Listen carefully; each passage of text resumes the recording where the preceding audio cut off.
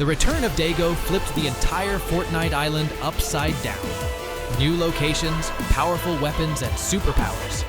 The heroes may have united, but the real question is, can they stand against the most powerful villain in Fortnite history? Today's episode breaks down the secrets of the darkness.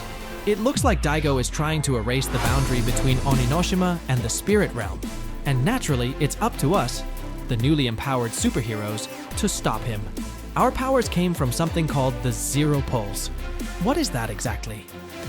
In the trailer, we saw a fragment of the Death Star crashing into Daigo's portal, which unleashed a wave of reality. That wave altered the genetic makeup of every living thing on the island and gave us superpowers.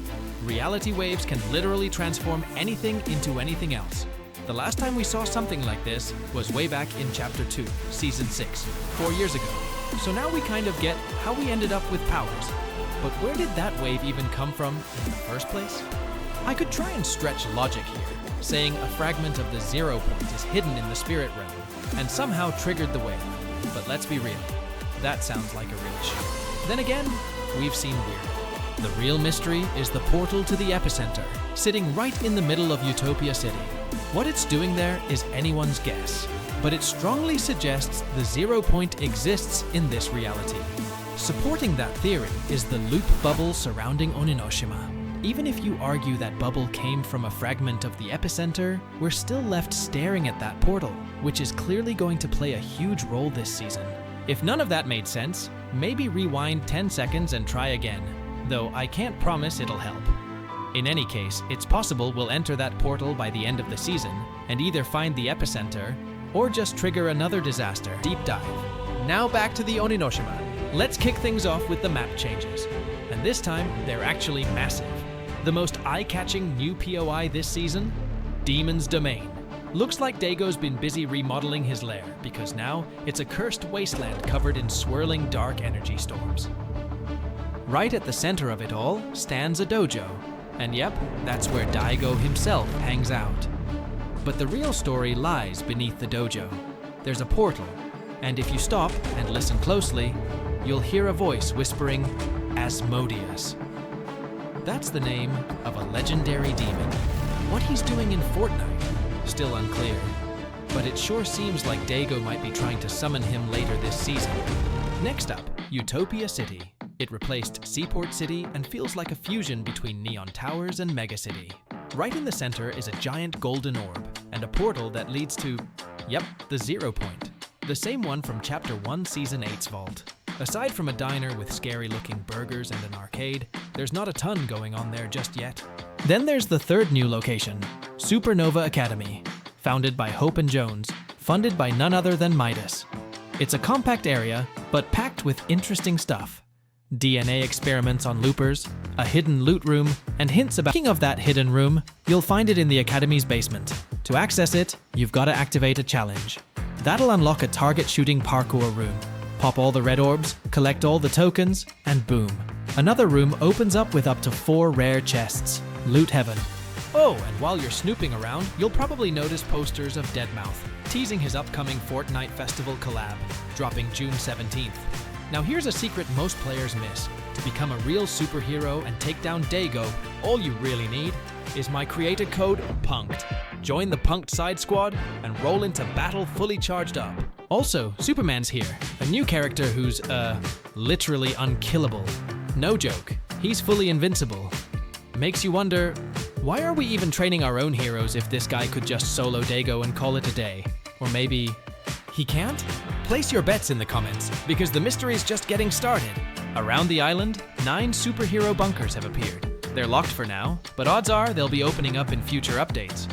Now let's talk about Overlord Spire, the corrupted areas left behind after Daigo's creepy ritual. These zones are scorched, scattered with demonic stones, and sometimes even spawn mini-bosses. We'll get into those guys in a bit. As for Easter eggs at season launch, oh, there's plenty. First off, the frogs have officially clocked out. After completing their mission as part of the Resistance last season, they're now chillin' on vacation. The kids are smashing arcade games while the parents are deep into ping-pong battles. Fingers crossed this whole demonic invasion doesn't mess with their R&R.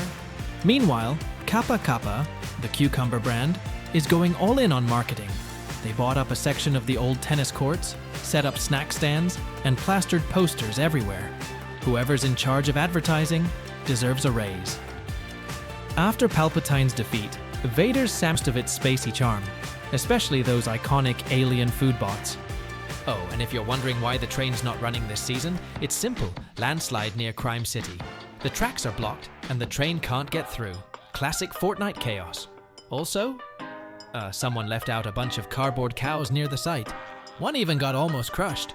So yeah, no joyrides till they clear the tracks. As for Fletcher Kane's mansion, something's up. Either it's completely abandoned, or a new owner's moving in. The furniture's all boxed up, like it's ready for a move. But the most important thing, the statue with glowing eyes is still standing. So yeah, we're still waiting for that gun to finally go off.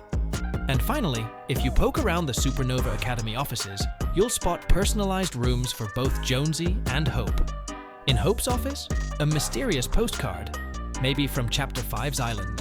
In Jonesy's, classic photo frames, and even a John Jones nameplate. Not gonna lie, this whole setup hits hard with those Chapter 2 Season 2 flashbacks, especially the first time we ever stepped into his office during the live event.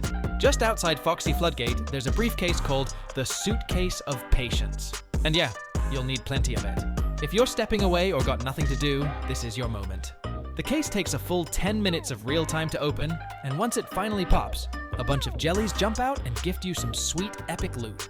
Total Easter egg material. But if you think that's the weirdest part, not even close. Down south, near the Shining Span, you'll stumble across two bush-shaped hands playing catch with another bush. Yep, Fortnite's being Fortnite. Let's not interrupt their game. And hey, if I missed any other hidden secrets, you know the drill, hit the comments. Now on to gameplay. The first big new feature this season is the hero rank system. Every player starts at a base rank and can level up all the way to S+. It increases based on in-game actions, elimination, revives, assists, you name it. Each time you rank up, you instantly get healed for 100 GP and unlock access to special hero stashes. The higher your rank, the better the loot. The second new mechanic is boons. There are only 4 in the game right now, but the files hint at a total of 19 on the way. These aren't just for show, they're actually useful. Some grant shields in the storm, others heal while running, or even reveal enemy locations. Again, higher rank means stronger effect. You can find offerings in chests or buy them from labs at the Supernova Academy. Third, and most exciting for many, hero superpowers. Right now there are 4. 2 are solid, 2 are meh. Tracking Visor highlights enemies through walls with a 25-second cooldown. Super clutch in duels or hectic fights. Base boost might be the best item of the year. It trolls sweaty builders, breaks boxes, and gives you vertical movement. Once I realized its power, I started running it every match. Especially good in zero build. Gonna miss it when it's gone. Mist gauntlets are decent in early game against unarmed players, but kind of useless later on. Kill switch revolvers sound cool, but can easily backfire. When you hover midair using them, you turn into an easy target. Stylish, sure, but deadly for you. If you found a solid way to use them right, let me know. And finally, from the new weapons, the Spire rifle stands out. It shreds through builds and bunkers like paper, perfect for breaking boxed campers or clearing cover in just a few shots. One thing's for sure, between the hero system, powers, and new loot, this season is anything but dull. The Hyperburst pistol is more of a niche pick. If you're good at aiming, which clearly isn't the case for me, the damage can be pretty solid. Epic also added new unstable weapons that apply unique effects to regular guns. For example, the unstable Yoink shotgun pulls enemies closer. Crypto's treat is basically a reworked junk rift that summons a cosmic dog to deal area damage, while Robin's Bat Grapple is a slick movement tool that functions like Batman's grapnel gun. You can buy it from Robin for 600 gold, which makes it a luxury item, not something you'll have every game. In this season, pretty much everyone into the Dash Sprite and the Superman Sprite.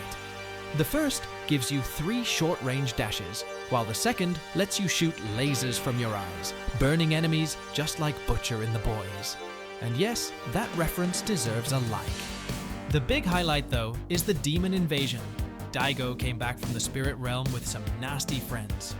At the beginning of each match, spires spawn and start draining energy from Oninoshima.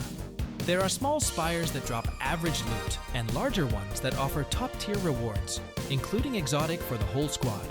They're tough to beat, but if you destroy the surrounding shards first, the fight becomes a lot easier. Bosses have also been updated. Demon Daigo is annoying but not impossible. He constantly regens his shield, but if you knock off his masks, he collapses and leaves himself vulnerable, giving you a solid damage window. He drops a mythic tower rifle and an infernal medallion that restores half your shield and speeds up reloads. And then there's Core, a new boss confirming a leak I mentioned earlier. She shows up in the second storm circle on the Rift Island, jumps between platforms, turns invisible, and hits hard. Her boss fight feels way more dynamic than anything we've had recently. Not just spamming attacks, but actually creating an atmosphere. If you beat her, you get a mythic rifle and a medallion that gives you invisibility and boosts your jump height. It's not as strong as Daigo's loot, but still pretty useful. All in all, this season is packed with chaotic fights, high mobility, and some genuinely creative mechanics. Season 3 kicked off strong. The new content feels fresh, the mechanics are dope, and we've got a ton of updates ahead. For example, storyline fans have something to celebrate. Daigo and Core are finally getting full voice lines this season. According to IMDb, Fortnite has updated its voice cast and now includes Brent Mukai as the voice of Daigo and Shelby Young as Core. Also, here's your first look at all the skins and emotes from the Fortnite Xbox collaboration. Just a reminder, the Hank Hill, Bob Belcher, and Cleveland Brown skins will be hitting the item shop this weekend.